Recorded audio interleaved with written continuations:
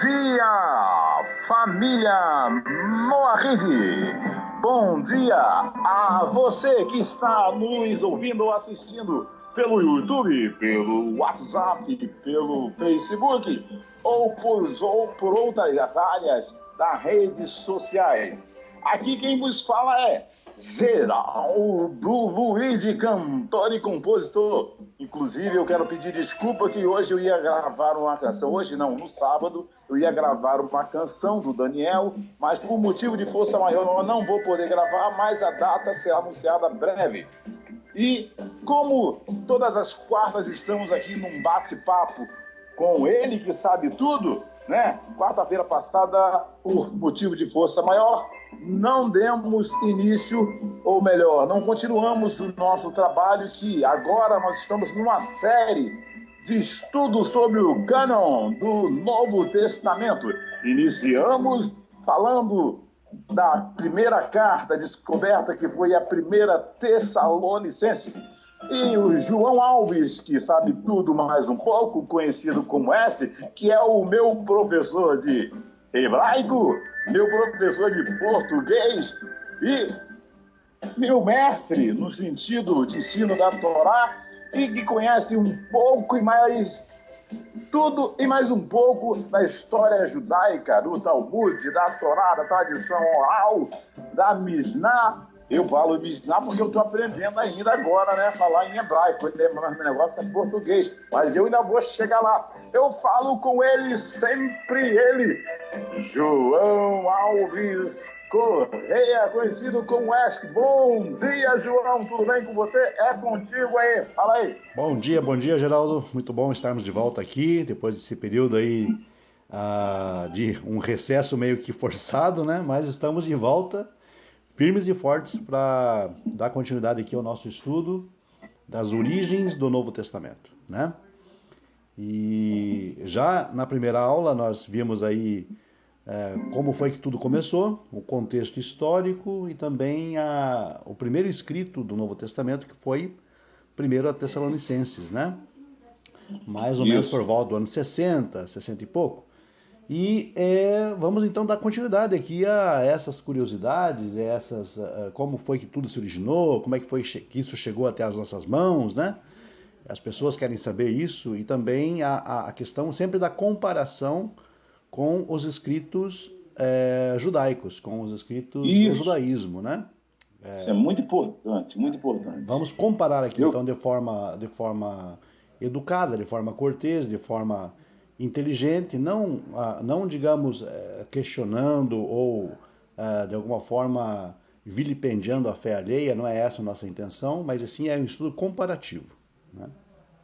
Perfeito. Eu que sou um curioso, um pesquisador, posso me dizer assim, um pesquisador dos conhecimentos bíblicos, porque eu vivi 42 anos lá dentro, e estudando dedicadamente, e depois eu descobri que tinha algumas contradições e acabei parando no judaísmo, que me mostrou a realidade, e entrando no hebraico, né? Entrei no início com o professor e agora estou contigo no hebraico bíblico, que é uma pancada, né? Porque nós iniciamos estudo bíblico, a gente está ali tentando entender a criação, que é complicadíssima, isso me interessa muito, e por eu viver num meio de muitos cristãos, eles me questionam por que eu saí, por que que Israel não aceita Jesus, por que que o povo não aceita Jesus, enquanto o povo não aceitar Jesus, não vai haver paz no mundo, como se ele fosse o salvador do mundo.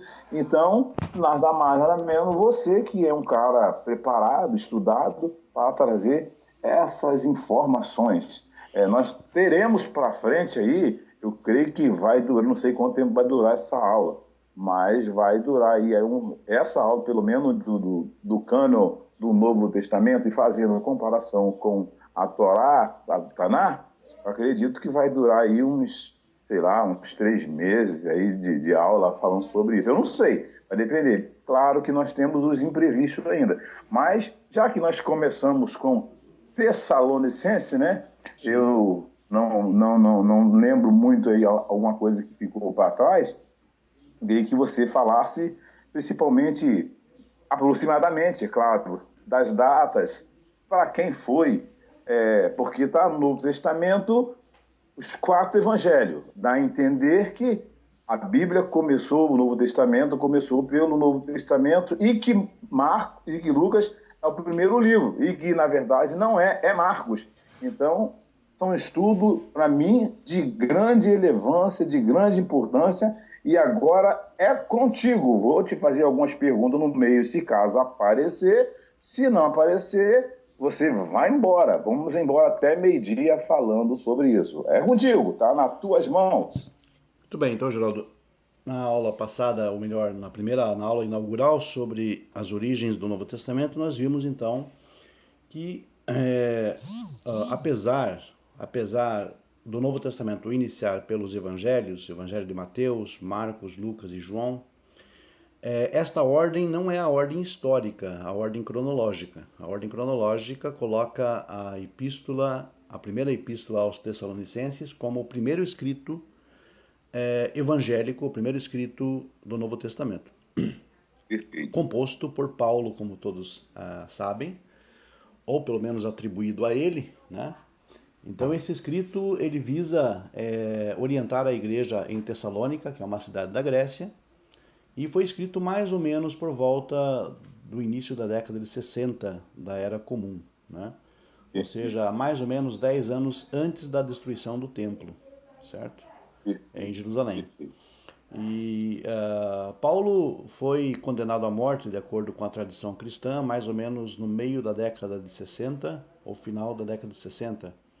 E então, com isso, ele produziu cerca de 13 pequenas obras que compõem grande parte do Novo Testamento. Ou seja, o autor que mais escreve no Novo Testamento é Paulo de Tarso. Inclusive, ele é o mais citado nas pregações, né? Por exemplo, se Jesus Sim, é sim. o mestre, é o filho de Deus, mas quem é o mais reverenciado nas igrejas, nas pregações, é Paulo, né? Isso por um motivo muito, muito claro, porque Paulo, na verdade, ele teve o mérito ele teve o mérito, por assim dizer, de pegar todo o ensinamento cristão primitivo, mais antigo, e moldá-lo a um sistema teológico. Então, Paulo é o pai, é o fundador do sistema teológico.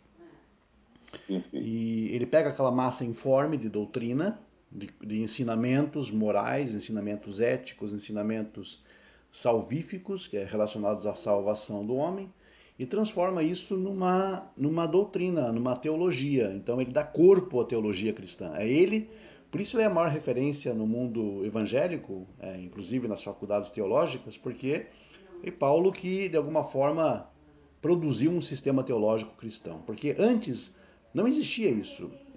Nos tempos, por exemplo, dos evangelhos, ou do início mesmo do cristianismo, nós não temos uma definição sistemática da teologia cristã. Temos apenas ensinamentos morais transmitidos pelos primeiros discípulos, e Paulo pega tudo isso e transforma numa teologia. Uma teologia da encarnação de Jesus como Filho de Deus, a teologia da hipóstase divina de Jesus como parte da divindade, da morte e ressurreição, da ceia. Então, todos esses acontecimentos da vida de Jesus, de acordo com os evangelhos, Paulo pegou tudo isso e transformou isso em teologia. Um detalhe importante que Doutrinas, eu né? percebia, é que se Jesus foi o Salvador do mundo, né, que na realidade seria mais um Messias local para o povo de Israel, um rei para Israel, não universal, a gente vê que não dá muito para você tirar um sermão, uma pregação em cima dos fatos de Jesus, porque ele citava a Torá. Ele era um judeu e estava tirando coisas da Torá, de livros, escrito por outros sábios, até porque ele também estudou com sábios judeus, não é isso? Então, há uma controvérsia com relação a isso, porque não é admitido pelo cristianismo que ele tenha estudado com os sábios judeus. Hum, Apenas, digamos, o que se admite no meio cristão tradicional, ortodoxo, é que ele, na verdade, as pessoas, os doutores, se admiravam da sua sabedoria. Você deve lembrar Uhum. desse relato evangélico em que Jesus estava no templo junto com os doutores da lei, e que os Isso. doutores da lei, tinha mais ou menos uns 12 anos de idade, por aí, né?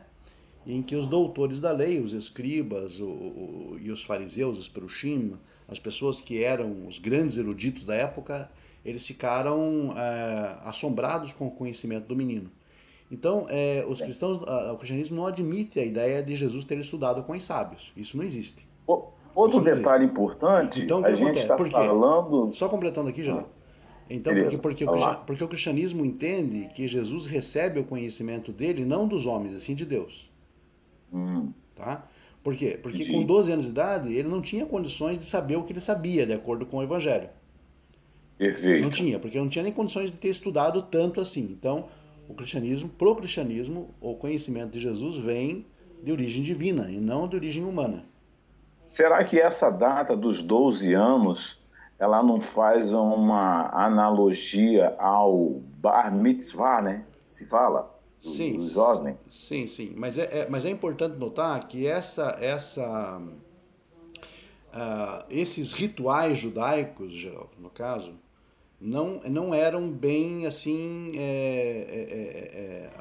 Não tinha uma existência muito real naquela época, entendeu? Ah, perfeito, Muita perfeito. coisa que existe no judaísmo moderno naquela época não existia, tá? Uhum, Por exemplo, não existia Sidur, perfeito. tá? Então, cerimônias judaicas, obras judaicas, muitas coisas que hoje nós temos no mundo judaico moderno, naquela época não tinha, não existia. E, e para um jovem hoje, naquela época, por exemplo, estudar sobre as obras judaicas era complicado, né? Porque na verdade não tinha muito o que estudar naquela época. Tinha o que tínhamos? Tínhamos a Torá, o livro dos profetas, tínhamos o Tanar, no caso, né? E tínhamos a transmissão da sabedoria oral, porque não existia Talmud ainda, não existia Perfeito. Gemara, não existia Mishnah, mas existia os ditos que circulavam entre o povo, A né? tradição A oral. tradição oral mesmo, né? Isso. Porque E era dito para mestre, para sim, aluno, né? de Não é isso? mestre, Nem todo o povo participava, era mestre e alunos que mestre e alunos, participavam exato. dessas aulas, né? Exato. Então é preciso que se entenda, de acordo com o Evangelho, Jesus não estuda com os fariseus ou com os sábios. Ele tem um conhecimento autônomo, Perfeito. Agora, independente. só para a gente também não ficar pegado no Jesus, porque a gente, claro que a gente está falando do Novo Testamento, então tem que falar nele. Sim, é a figura Mas com central. todo respeito aos cristãos, Uhum. esse Jesus do Novo Testamento existiu ou foi uma mistura de outros Jesus, vamos dizer, vou falar na língua hebraica, Yeshuas, que existiram? Até porque o Antigo Testamento, no livro de Êxodo, vai falar de vários Yeshuas que existiram, era um nome comum.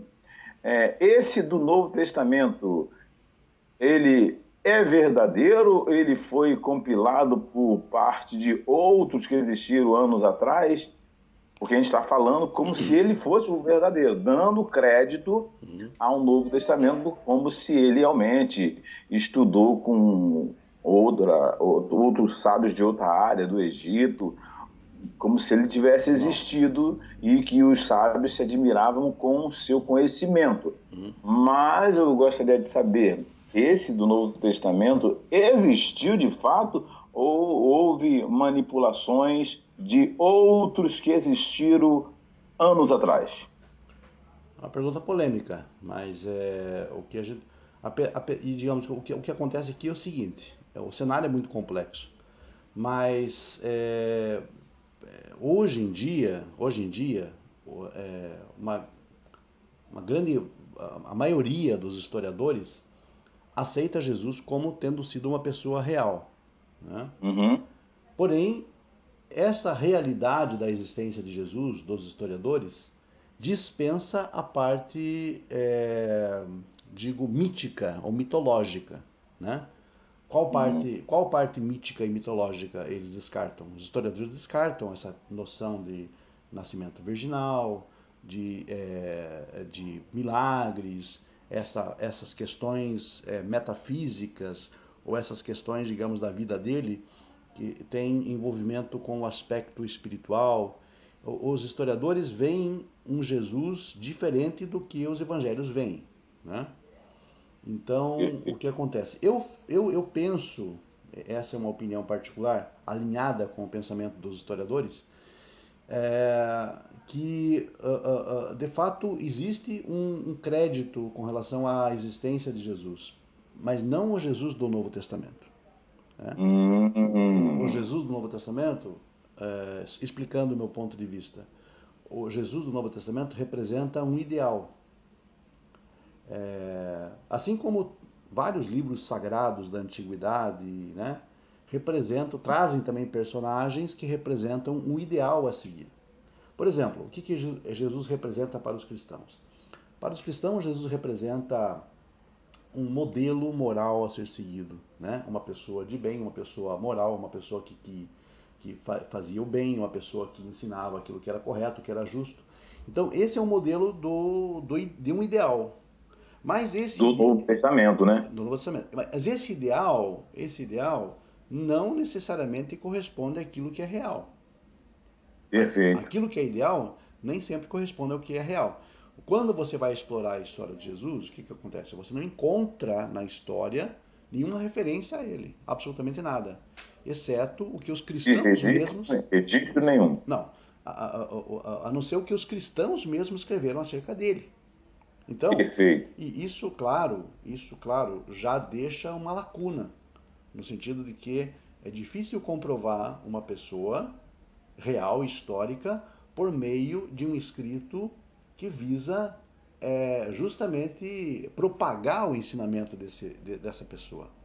Então, se fosse, digamos, uma menção contraditória a ele, por exemplo, nos anais do Império Romano, se tivéssemos algo acerca dele, nós não temos. Ele viveu na época do Império Romano, mas o Império Romano sequer menciona a pessoa de Jesus. Essa questão do julgamento de Pilatos, tal.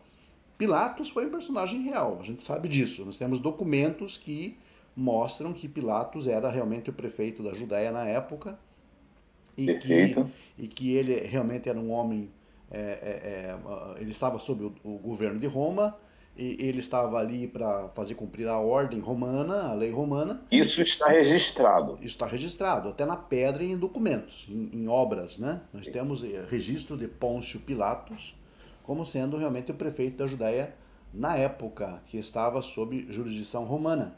Mas nós não temos o encontro de Pôncio Pilatos com Jesus. Isso não tem nenhum registro romano mostrando. E até porque o tipo de castigo, né, de justiça que os romanos faziam era tipo morte no madeiro mesmo, né? Não, então crucificação. Crucificação. Era crucificação. Crucificação. Era uma penalidade. Isso acontecia com qualquer um baderneiro, com aqueles que não queriam cumprir com Roma, né? Normal. Não é isso? Não queria receber nada de Roma. Então não tinha nada, uma morte específica que o Taná vai dizer que um vai vir e vai ser morto na cruz. Isso aí era o castigo, a pena perpétua de Roma, né? Romano. Na verdade, assim, a crucificação veio para os romanos. Os romanos aprenderam a crucificar criminosos com os persas. Na Pérsia era comum a crucificação, aliás, dizem que a invenção da pena de crucificação é uma invenção persa. E os romanos, como eles conquistaram também territórios da Pérsia, eles aprenderam com os persas como condenar a morte na cruz, que é uma morte dolorosa, uma morte muito penosa, todos aqueles que fossem sediciosos. O que é uma pessoa sediciosa? É uma pessoa que quer se levantar contra o governo. Perfeito. Então, essa pena de crucificação, para começar, ela estava mais restrita a pessoas que se levantassem contra o governo. Porque parece que pelo Novo Testamento, ele veio para se entregar a ser morto. Quem vai querer se entregar a ser morto nessa... Não, isso é uma teologia já, né? Isso é uma teologia. E isso, na verdade, eu diria que é uma racionalização de uma pena capital qualquer que teria ocorrido. Mas o grande Não, problema, eu Geraldo, falo. o grande problema é que a pena de crucificação, como eu disse para você, só era possível para sediciosos, pessoas que realmente se levantassem contra o governo. Então o que acontece? Se você vai na história, você vai perceber que teve muitos fariseus, muitos perushim, que eram os mestres da época, que foram crucificados. Tá? E levantaram contra Roma. Exatamente. Não só na Judéia, mas na própria Roma, na própria capital do Império, na Via Ápia, na Via Ápia, Para Roma, para o Império Romano, era um rebelde. na capital romana, falando na capital do Império Romano, na cidade de Roma, na Itália hoje. Tem uma estrada que leva a Roma chamada Via Ápia, ainda existe ela. Essa Via Ápia, em dado momento, ela ficou, dos dois lados, ficou fechada de cruzes. Porque os Entendi. romanos pegavam os sediciosos que se levantavam contra o império e crucificavam como exemplo. As pessoas que passavam pela estrada viam os corpos das pessoas serem devorados pelos abutres ou devorado pelo tempo, pela condição climática, e servia de exemplo de medo, de impor medo para as pessoas não se levantarem contra o Estado romano.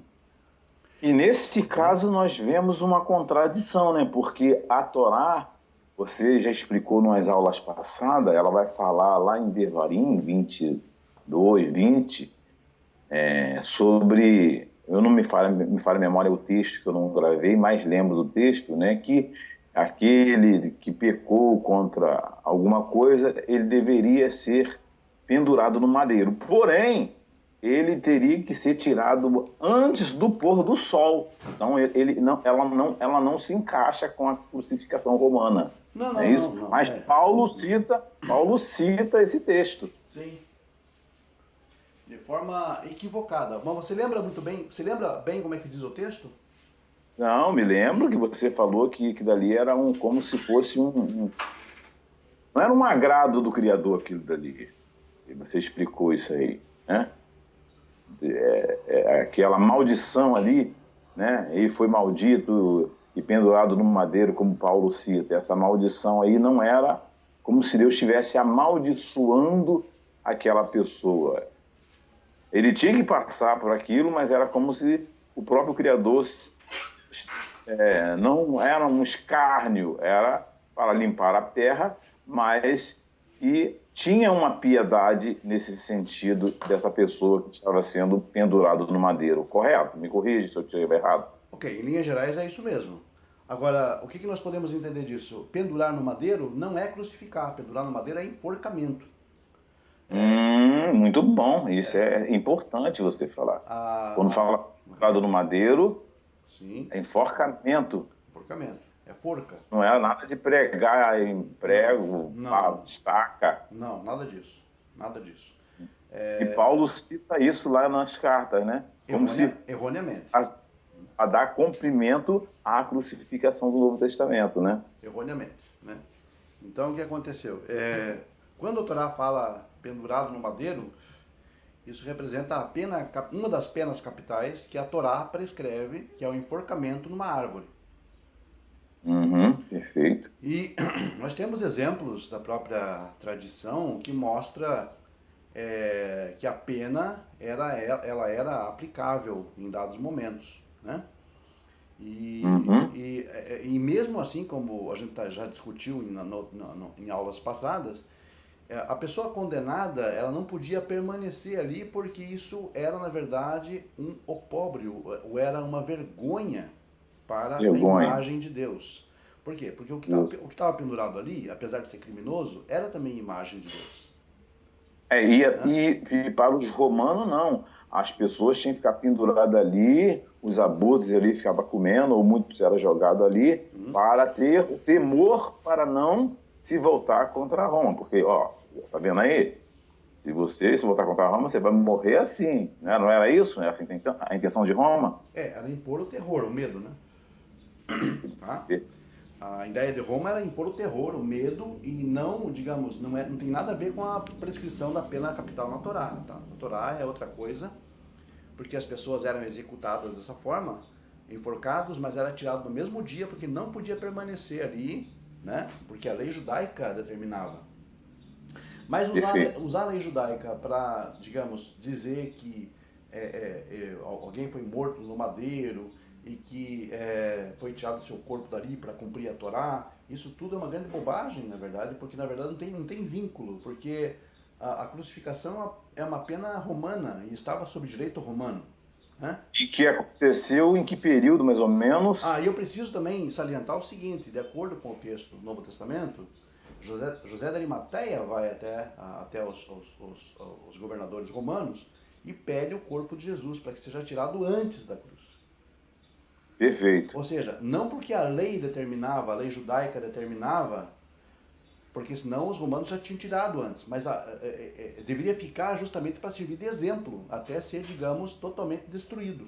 Porque era Ou um seja, exemplo. José de Arimateia, que era um discípulo e que era um judeu, não sei se ele era judeu, ele pede para tirar por causa até do Deuteronômio 22 lá, que vai falar que tem que tirar antes do pôr do sol, não pode ficar, né? Porque ele era judeu, então ele tinha conhecimento dos fatos em si, não é isso? Ele queria, de alguma forma, ainda que não fosse um cumprimento real, porque não foi uma pena judaica, foi uma pena romana, mas ele não queria Uhum. deixar o corpo ali por razões religiosas. Então, ele vai e pede para Pilatos, pede para os governadores romanos, para que se tire o corpo antes do prazo determinado, pela lei romana. Porque pelos romanos, digamos, pelos romanos, o executado ficava ali até virar, digamos, simplesmente uma alçada. Né? Esqueleto, né? É um esqueleto, É, fica só no osso. exatamente. Ah, Então não cabe, digamos, um cumprimento aqui de uma profecia, ou de uma de palavra, de Deus uma lei. mandar um filho para Não, morrer dessa não, forma, muito né? menos ainda, né? Muito menos ainda. Mas não cumpre aqui, não, digamos, não se efetiva aqui o cumprimento de uma passagem bíblica. Perfeito. Agora nós estamos Por falando do quê? Porque a Novo Testamento. execução não foi uma execução judaica, foi uma execução romana. Né? Perfeito. Até se fosse pela execução judaica, ele deveria, pelo sacrifício oferecido, né, por perdão de pecado, ele teria que ser queimado, assado no templo, né? Não fazendo uma ironia, né? Mas falando a realidade, né? Ele tinha que ser feito no templo, porque o sacrifício não poderia ser feito fora do templo. Concorda? Não faz sentido porque os executores eram romanos, então quem oficiava o sacrifício eram os sacerdotes judeus. Né? E sem contar que o judeu já não tinha mais poder para condenar ninguém nessa época, não é isso? Aliás, é bom chamar a atenção das pessoas com relação a isso, que quando Pompeu, general romano, entra em Jerusalém no ano 68, antes da Era Comum, 68 anos antes da Era Comum, e conquista Jerusalém para os romanos, para o Império Romano, conquista a Judéia para o Império Romano, o Sinédrio, o Sanhedrin, foi suspenso. Uhum, Tá? Por perfeito. que foi suspenso? Porque o Sinédrio, o Sanhedrin, era responsável pelas execuções, inclusive, da lei judaica. Da lei judaica. Então não estava mais valendo a lei judaica, estava valendo a lei romana, a lex romana, a lei romana. A partir daquele momento, os judeus não podiam mais emitir nenhum tipo de juízo de pena capital. É porque nós Né? vemos o Novo Testamento e os filmes que são produzidos de Hollywood, eles colocando os judeus como os condenadores do Jesus, né? Não, sim, Isso, sim. Isso é uma questão histórica e uma questão, digamos, das origens do antissemitismo, né? o antissemitismo. Exatamente. Então, é uma questão bastante também complexa, mas é importante a abordagem, a gente vai, digamos, consequentemente, a partir desses estudos, a gente vai ter que abordar essa parte, é uma parte um tanto quanto dolorosa, difícil, mas tem que ser mostrado, tem que ser evidenciado, que é aí que começa o antissemitismo. Né? E, Ah, entendido. Agora eu perguntando, o Novo Testamento a gente sabe que estudando pela Torá, que o Jesus do Novo Testamento assim, com todo respeito àquele que crê, que tem fé, né? Como você já ensinou para mim aqui na aula de hebraico, que a palavra fé, ela não existe no hebraico, a palavra emuná é fidelidade, não é fé, uma fé cega, não é isso? Você ensinou para mim Fidelidade. nas aulas aqui? Sim, sim. E como o cristão, ele tem fé, tudo para ele é fé, tudo é em nome de Jesus, tudo que vai falar, qualquer reunião tem que falar em nome de Jesus, mas claro que ele foi ensinado assim, eu fui ensinado assim pelos pastores que não tinham cultura, não tinham estudo, entendeu? E criei uma forma muito forte, né, onde eu fui muito decepcionado, né, porque eu dei a minha vida por esse personagem, sim, vou dizer um personagem, por Jesus em si, eu dei minha vida, mas descobrindo, estudando os textos originais, e agora estudando com Rabino, e estudando com você, que tem aí uma bagagem muito forte, o Jesus, o Yeshua do passado, sem ser o Jesus do Novo Testamento, ele morreu enforcado, não é isso? Bom, essa temática do Yeshu, Yeshua Notzri, e dos personagens que o Talmud nos relata, nos traz, são, digamos, constituem o esteio, a base sobre a qual muitas das histórias sobre o Jesus evangélico apareceu, né? O Jesus do Novo Testamento apareceram. O que Quantos acontece é o anos seguinte: o Talmud menciona vários personagens com o nome Yeshu. O mais famoso deles, Yeshua Notzri. Yeshua Notzri, ele teria vivido mais ou menos por volta do ano 100, 90 ou 100 antes da Era Comum, tá? antes do Jesus do Novo Testamento aparecer. Um século, praticamente, né? Então, esse Perfeito. Yeshua Notzri foi, digamos assim, a inspiração para muitas histórias do Jesus do Novo Testamento. Ele teria vivido nessa época, na época de Alexandre Janeu, que foi um dos reis da casa dos Asmoneus, descendentes dos Macabeus. Justamente agora, na época de Hanukkah, a gente está celebrando essa vitória dos Macabeus sobre os gregos, né? Isso é verdade. Exatamente. Então, e os Macabeus originaram a casa dos Asmoneus, dos reis levíticos sobre Israel. E no final desse reinado, mais ou menos na época de Alexandre Janeu, surge esse personagem Yeshua Hanotsri na Galileia, onde ele é ensinado pelo grande rabino Yehoshua ben Perachiah, Uhum. só que ele se rebela contra o seu mestre. Por quê? Porque ele falta com respeito com o seu mestre. Quando o seu mestre está recitando o Shema, ele interfere na oração e ele interrompe a oração do mestre e o mestre o repreende. Repreendido, Yeshu foge para o Egito, onde ele aprende artes mágicas com os magos egípcios e retorna para a Judéia, para Falar Galileia. em artes mágicas, quando a gente vê no Novo Testamento, quem vai visitar o menino que nasceu, que é Jesus do Novo Testamento, são magos. Sim, é exatamente por isso que eu estou falando que a ideia do Jesus do Novo Testamento foi calcada. Ela foi, digamos, de Uhum. alguma forma inspirada nesse personagem, Yeshua Hanotsri, que teria vivido mais ou menos 100 anos antes, né? Até Porque... porque quando a gente vê Moisés, quando vai pedir o povo para Faraó libertar o povo, o Moisés ele tem o poder de jogar o cajado no chão e ela virar serpente. E os magos de Faraó fazem as mesmas coisas, ou seja, os magos de Faraó, né, Sim, os bruxos de Faraó, eram inimigos de Moisés. era inimigo de Agora, no Moisés. Novo Testamento, os magos eram amigos de Jesus. Eles iam levar presente os três magos. Uma contradição muito forte, né? Porque mago, qual o sentido da palavra mago? Magia, né? Ou Magia. seja, bruxaria, né? Isso. No Egito Antigo, os magos eram chamados de Hartumim. Hartumim eram as pessoas que escreviam, que eram os escribas da época, e eles também detinham conhecimento de artes mágicas, né? De manipulação ou prestidigitação, como a gente chama hoje no mundo moderno, e eles tinham muitos truques, eles conheciam muitos truques.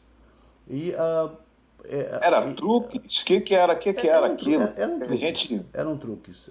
Tanto hoje, truques tanto truques que, como existe hoje, por exemplo, existem hoje, né, vários truques que a gente fica mágicos, né? desconcertado, Que mágica, né? é difícil desvendar o truque de um mágico hoje, né? Muito, tem truques muito bons, né? Então, o que É. acontece? Existiu então uma concorrência entre os magos do Egito e Moisés, a gente sabe disso.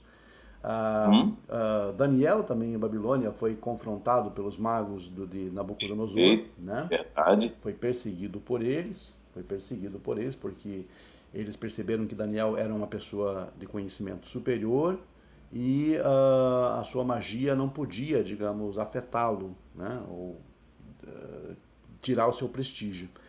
E, curiosamente, essa mesma classe de pessoas, magos, né, que tem a ver com magia, são amigos de Jesus e vêm até visitá-lo, inclusive, de acordo com o relato evangélico, Interessante, né? interessante notar que nós estamos chegando também aí à época de Natal, onde vai ter o presépio com os três magos, que para os cristãos são pessoas, ou seja, o universo. Eu já vi até alguns pastores falando que o universo todo, os magos teriam que reverenciar o Filho de Deus, ou seja, um ecumenismo completo, né? Isso surge, na verdade, do seguinte princípio. É importante que se entenda o seguinte, que os magos que teriam visitado Jesus, a gente aceitando o texto tal como ele é, sempre com essa ressalva, né? Os magos, eles não vieram guiados pela Torá ou pelo conhecimento da lei divina, eles vieram guiados por uma estrela, segundo diz o texto. Ora, a questão é a seguinte: se vieram seguindo uma estrela, eles estavam, na verdade, investigando os astros, as conjunções astrológicas, né? E, Perfeito. e existe uma conexão muito interessante entre o nascimento de Jesus e a sua história no Novo Testamento e a astrologia, né? E a astrologia. Existem simbologias muito fortes, presentes, marcantes ali. Veja, a tradição católica diz que os magos eles eram Belchior, Baltazar e Gaspar. Tanto Belchior, Baltazar e Gaspar, então um veio da Babilônia, outro da Pérsia e outro da Armênia, né? Sabe tudo e mais um pouco, hein? E esses três reis, alguns dizem da Armênia, outros dizem de Cush, talvez Etiópia, né? Enfim. Mas eles eram pessoas que estavam vinculadas a esse conhecimento, eu diria, esotérico mais antigo da Babilônia, que mexia com astrologia, e da Pérsia, que justamente também mexia muito com essa questão astrológica, toda a simbologia das histórias de Jesus, dos pães, do peixe, da água, do vinho, a questão, digamos, de ser comparado ao sol, essas questões aí são muito interessantes porque elas trazem um vínculo com as religiões antigas de mistério que cultuavam Uhum, justamente esses elementos, né? No Egito perfeito. Antigo, por exemplo, no Egito Antigo, é, Horus ele é perseguido pelo seu irmão Set e é morto.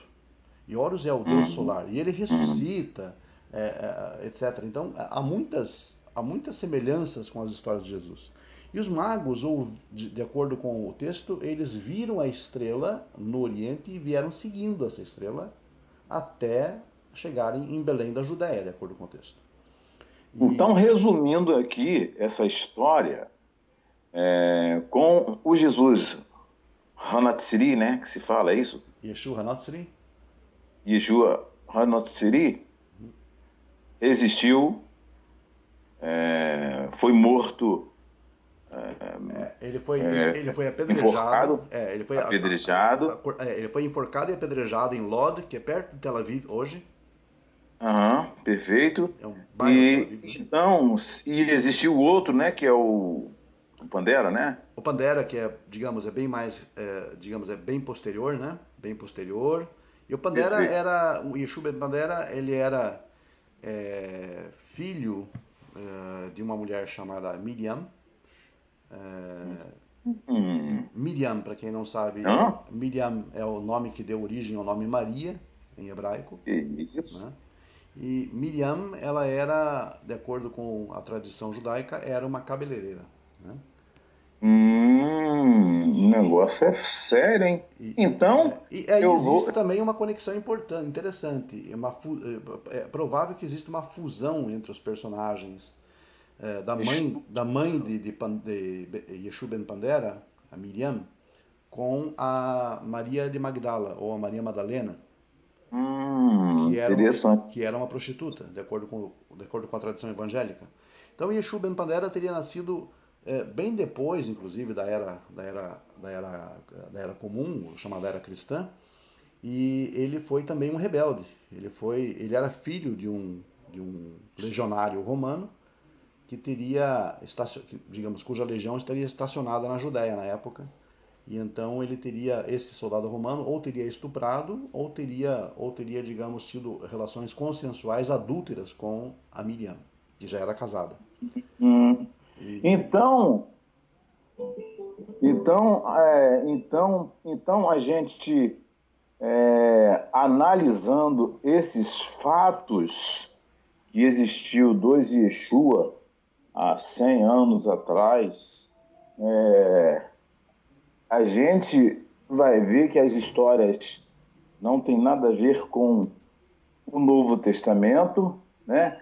E que, então, eu sem medo de falar, porque eu fiquei lá há 42 anos acreditando, e hoje eu estou em busca da verdade, né? Procurei você para estudar, estudo com o Rabino, ontem mesmo eu estive conversando com o Rabino, tem uma sinagoga para eu participar, mesmo sendo um Benor, me identifico com o judaísmo, eu amo o judaísmo, eu amo a Torá, eu amo a lei dos judeus, entendeu? Sendo um Benor, não tenho obrigação de cumpri-la nada, mas se leio porque gosto, me faz bem, pode não ter nem obrigação, nem um valor divino, mas só eu ser um Benenoa, crendo num Deus vivo, um único, que é indivisível, não tem forma, é um oculto que a gente não sabe quem é, eu me considero muito bem satisfeito, feliz com essa descoberta. Então, voltando ao assunto do Novo Testamento, com todo respeito à fé cristã, e se as histórias foram fundidas desses dois Yeshuas, né, o Ben Pandira e o Konatsiri, o Novo Testamento, com toda a verdade, com todo respeito, sem medo de errar, é uma ficção? na verdade, assim, o Novo Testamento ele contém um mix, uma mistura de fatos com ficção, né? E grande parte do que nós percebemos do texto, ele é estabelecido sobre mitologia. Nas histórias de Jesus, por exemplo, são histórias mitológicas que relembram outras crenças mais antigas em deuses das nações, da Babilônia, deus da Pérsia, dos cananeus, dos romanos, dos gregos, dos egípcios. Então é como se fosse uma grande caldeirinha onde se fundem vários aspectos aí mitológicos, míticos, e surge uma pessoa, um personagem chamado Jesus, que é o Jesus do Novo Testamento, que é o ideal de muitas pessoas, tal. Olha, isso é muito triste, isso foi muito triste para mim Mas é, descobrir. é, é o tipo de. O que acontece é o seguinte, Geraldo. Na verdade, o Novo Testamento, ele nem pretende ser história. O grande problema é que as pessoas muitas vezes entendem ele como história. Porque não tem quem ensine, né? E se for É, ensinar, vai falar a verdade, né? então o Se que for falar a acontece? verdade, vai perder. Digamos, o cristão mediano, em geral, ele vai tomar aquilo como uma história real, verdadeira, verídica, e que tudo aquilo aconteceu de fato, etc. Ok, não estou aqui para questionar isso também, mas enfim, o fato é que, biblicamente, arqueologicamente falando, do ponto de vista historiográfico ou histórico, isso não tem fundamento em fatos. Não há comprovação disso, não há nenhum documento acerca disso, não há absolutamente nada que dê, que realmente mostre isso ser plausível. Então, Mas o isso que é o mesmo Novo você... Testamento? O que é o Novo Testamento? Ah, O que é o Novo Testamento? O Novo Testamento é um escrito de fé. O Novo Testamento isso que eu ia perguntar agora para é um você. escrito de fé, não é um escrito histórico, não pretende transmitir história, apesar que muitos interpretem assim, né? Por quê? Porque por mais que você converse com um cristão e tenta provar, vou falar de dois textos que são pertinentes no Antigo Testamento, no Taná, que são Isaías capítulo 7 e Isaías 53, onde a gente tenta provar escritamente, não pela fé, na razão. Por exemplo, que na época do sinal lá, do rei, o sinal era o rei Acais, e que estava acontecendo uma guerra naquele tempo, 700 anos, e que na época de Jesus não existia essa guerra, e os judeus também não tinham poder nenhum, e que o 53 vai falar de uma forma metafórica do povo de Israel, e que nós entendemos, eu entendi, porque me ensinaram assim, e as pessoas entendem que está falando de sacrifício de um homem, e não tem nenhuma base moral para falar sobre isso, moral não, uma base científica ou escrita para falar que está falando do mesmo texto, a gente vê que, você falou que é baseado de fé, não histórico, é difícil você mostrando os textos verdadeiros, até em hebraico, claro que as pessoas não vão querer estudar hebraico, porque pode pensar que a gente está querendo até enganar, né?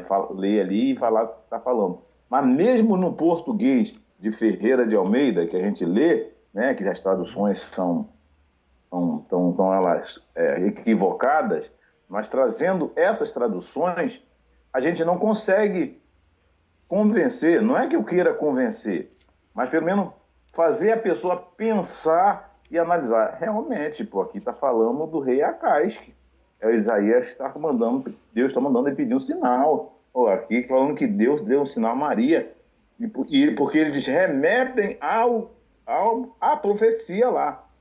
Então, mesmo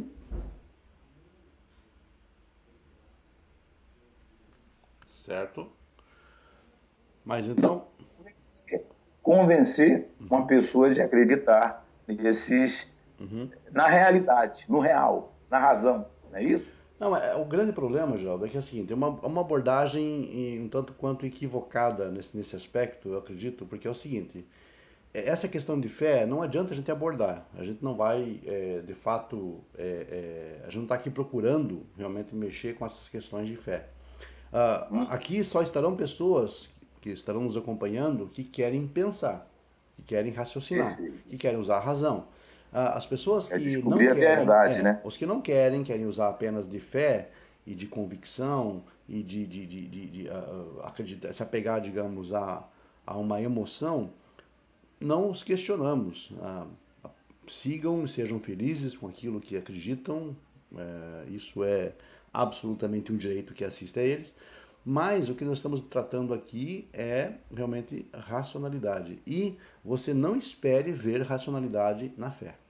Não existe. Perfeito, Né? perfeito, Não vai perfeito. existir, as pessoas elas vão ficar realmente, muitas vezes podem até, digamos, levar a entender a gente mal, de forma equivocada, errada, mas nós precisamos aqui chamar a atenção para esse ponto, ou para esses pontos, que não existe um fundamento, não existe um fundamento para questões, digamos, ligadas à historicidade do Novo Testamento, à historicidade de Jesus ou dos seus seguidores, tal. Não existe um fundamento histórico para isso, nem lógico para isso, na verdade. O que existe é apenas uma percepção de fé. E fé a gente não discute. Agora, quem quiser pensar, Olha, está no lugar certo. Né? Quem quiser pensar, está no João, lugar certo. eu perdi a aula passada, fiquei muito triste porque perdi, o tempo passou, eu não vi, e confesso para você que eu estou maravilhado com a aula de hoje. Você trouxe aí o primeiro livro. Então, resumindo aí para você, resumindo, os evangelhos não foram os primeiros a ser compilado. Então, primeiro foi Primeira Tessalonicenses, é isso? Primeiro Tessalonicenses, exatamente, década de 60, né? E aquilo tudo que nós falamos aqui sobre as conexões, né, entre mitologia, entre astrologia e o surgimento da história de Jesus, E as então nós bases, vamos né? deixar. Então nós não vamos. Qual foi o segundo e para quem Não, não. vamos deixar para a próxima aula, que está espetacular. Eu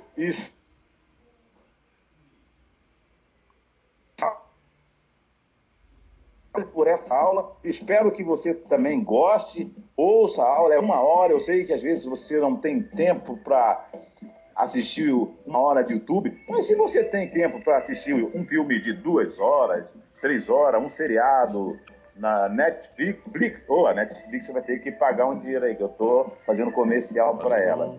Se você tem esse tempo para assistir, assista o que é bom, o que vai te dar proveito, o que vai fazer você crescer.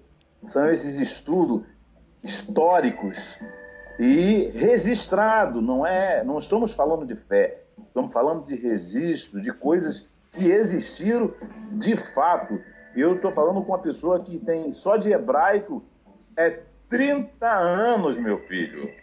30 anos. E se você quer estudar hebraico, tanto o moderno, tanto o religioso, ou o inglês, ou o grego, ou até mesmo o português, fala com ele, sempre ele, João Alves, conhecido como S, meu grande professor, meu grande amigo.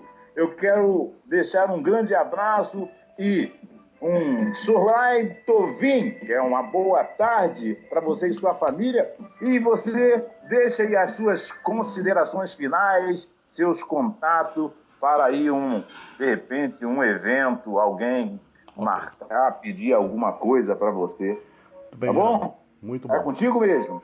Obrigado, então. Obrigado mais uma vez pelo espaço, Geraldo, e pela tua também disponibilidade de vir aqui participar conosco e também de interagir aqui, de trazer essas temáticas interessantes, né? Acho que foi realmente muito proveitoso.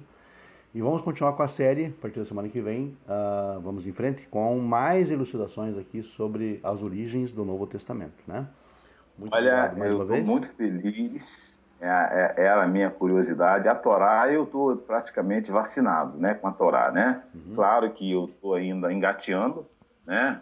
Tenho vários livros aqui para ler, indicado pelo Rabino, até por você mesmo, livros que eu comprei deu. Fala dos seus livros, João, também. Fala aí. Não, eu vou deixar as informações, todas na própria descrição do link do vídeo, Geraldo, ok? Pode ficar tranquilo que está tudo lá. Quem desejar, digamos, adquirir os livros que tratam dessa temática, inclusive, a outra face, por exemplo, né? Basta entrar em contato pelo WhatsApp, que eu vou disponibilizar lá, e a gente vai se falando por aí, tá ok? A gente chegar até Apocalipse, vamos levar quanto tempo, hein? A gente vai ter que fazer um resumo, senão não vai dar mesmo, né? Senão vai ser muitos anos de estudo aí. Forte abraço, Geraldo. Então. Forte abraço, então, tudo bom? Boa tarde para você. Forte abraço, tudo bom? Até a próxima. E beleza, um abraço.